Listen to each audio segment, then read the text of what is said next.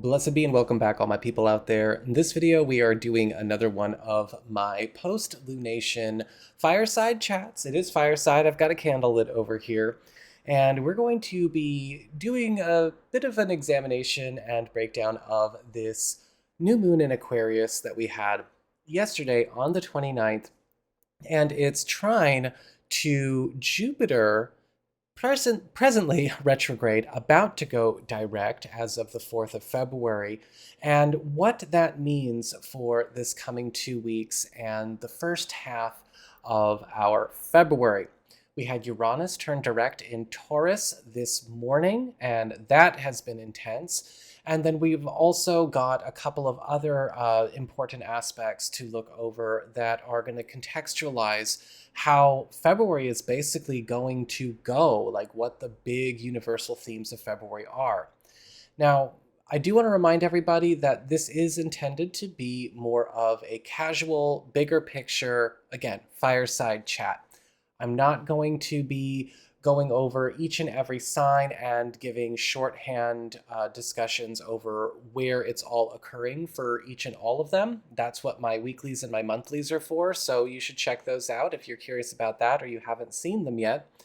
And if you are ever interested in getting a personal reading with me, because again, there's only so personal a general forecast can go without doing some serious mental gymnastics, you can go on ahead to my website, integrativemysticism.com, or you can follow the links in the down bar below, and we can see what's going on with your personal story, your personal chart, and your personal planets. But there is a lot to go over here, and so without further ado, let's do just that. So this new moon, like any new moon, is all about new beginnings, fresh starts, as well as new roads opening up, new commitments, and new adventures.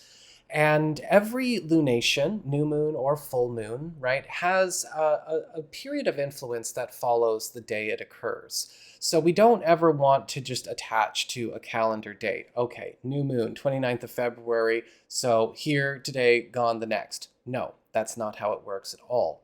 All of that energy of that new moon or that full moon or that eclipse is basically flooding in during that calendar date. And it's then going to go to work over the course of its influence period.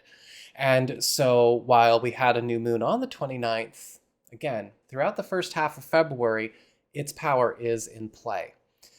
And every lunation is going to be influenced by the sign that it occurs in terms of what is it actually doing, what is it actually creating, and how is it turning itself on for us, each and all.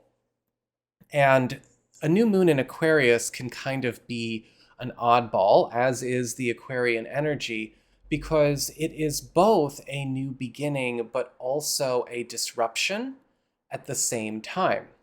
Now, this does not have to be bad. In fact, this was a very well aspected new moon. It was trine to Jupiter in Aquarius. Everything was all focusing on the good. But a new moon in Aquarius does say, get ready, because there is going to be some kind of fresh start, new beginning, new evolution, new road, or new adventure opening up that is likely going to, well, disrupt, buck up against, or challenge a present status quo. Most likely a static quo, as I like to say it, or a status quo that may actually be in decline, whether we know it or not. Now, new moons like this will often present new opportunities and new stories that do need to be fleshed out, but this is something that may already be somewhat familiar to each and all of us.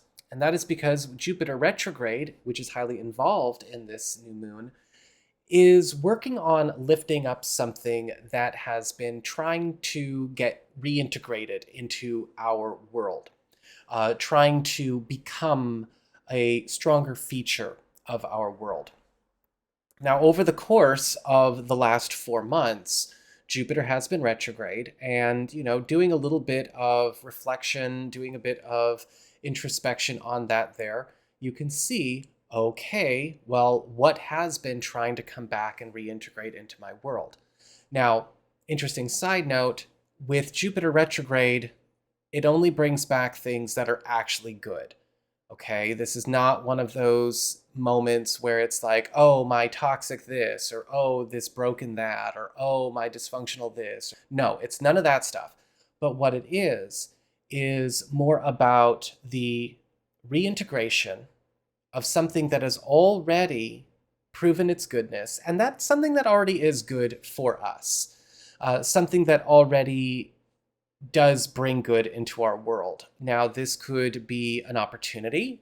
This could be a job. This could be a new road. This could be maybe even money or a project. This could be a special connection. This could be a change in trajectory, or maybe even an old goal or an old ambition getting reintegrated. And again, something that we only have fondness for coming back. So over the course of this last 4 months, Jupiter retrograde has been working on trying to bring something like that back into our worlds. And sometimes Jupiter retrograde can do it in a way that really challenges our ego, where we then go and see, all right, what was this good opportunity that I missed, or I didn't see correctly, or I didn't prioritize enough, or it was in my blind spot, or I slept on it, or whatever, right? Sometimes that can happen. Jupiter retrograde, well, that's really where he's been shining. And what's likely is that you've probably already become aware of what this is, or what has, if you've been engaging with the astrology, if you've been engaging with life, then this is likely something that's already either a bit obvious, or you have some idea of what it is. And what this new moon trine to Jupiter retrograde is doing is basically opening up the story of what is getting integrated, what has been reintroduced. This story could be something that does, again, rebel against things that have become trapping conditions around you, or would impose trapping conditions around you. Whether this is, again, professional, financial, personal, whatever, territorial, it doesn't matter. And this is helping to expand and grow the good of what is to be reintegrated. This can also be seen as a second chance to do something right where we maybe did not do it right the first time.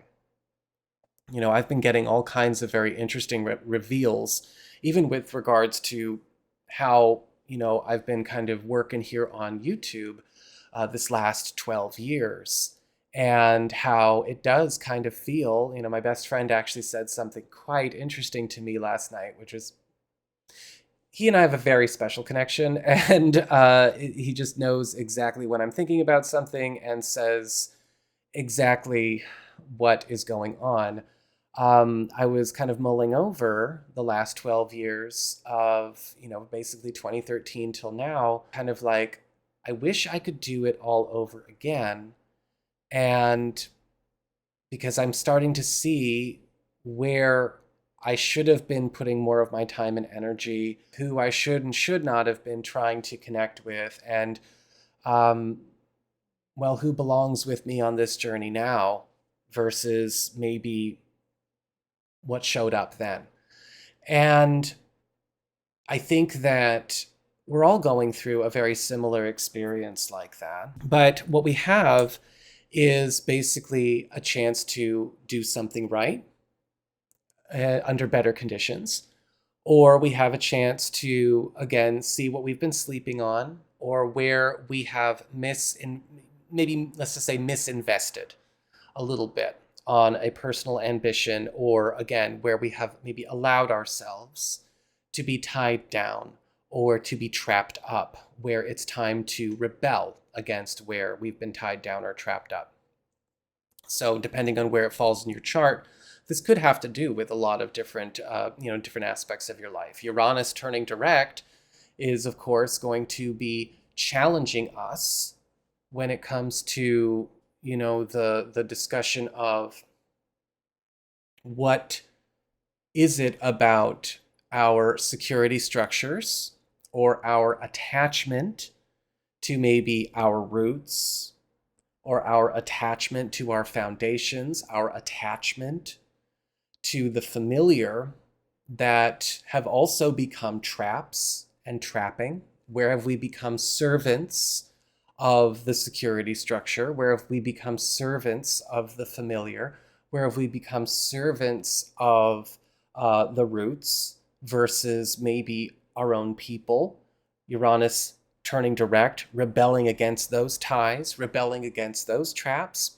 And it's going to cause a lot of upsets, but good things can cause upsets. Anything that could come in and help you to get on a better path is naturally going to create an upset with the path of decline that you are being set to leave. And that is really what's important to keep in mind as we go through February itself. There is, what could be your hero could also be the villain of maybe an aspect of your security structure or your roots or your trap or whatever. That it makes perfect sense. Well, that is sort of the story of February. And so the best way to go through these kinds of energies is explore. What is the new story that is beginning? What is the impetus to take your leave of something? I see a lot of people, quitting jobs. I see a lot of people making transfers, a lot of people making moves, a lot of people, emancipating themselves. I've seen lots of people, kind of releasing each other. There's all kinds of things going on to prepare and make room, whether people knew they were doing it or not, for maybe a new beginning that is happening in a very beautiful way that just requires a little rebellion against what ties us down or traps us up. And so very interesting energy to have unfold as we go into, the rest of February. But it's time. It's time to pay attention to those things. It's time to see where this can be really, really good for us. And while we might run into some issues, we might buck up against some resistance or maybe even some trepidation, we don't want to shut these things out. We want to explore. Because again, new moon trine to Jupiter retrograde, well, something wonderful is trying to come back to you. Maybe something that was supposed to be there the whole time versus what was there. And that's certainly something that I'm starting to notice about some stuff going on in my own life. So hopefully this might give you some ideas as to how you might want to approach the month of February and see where a lot of this stuff, as crazy and Uranian and chaotic as it can feel, is actually doing a hell of a lot of good for you.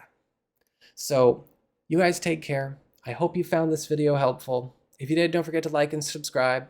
I appreciate it. And if you ever want to get a personal reading with me, you can go ahead to my website. It's integrativemysticism.com.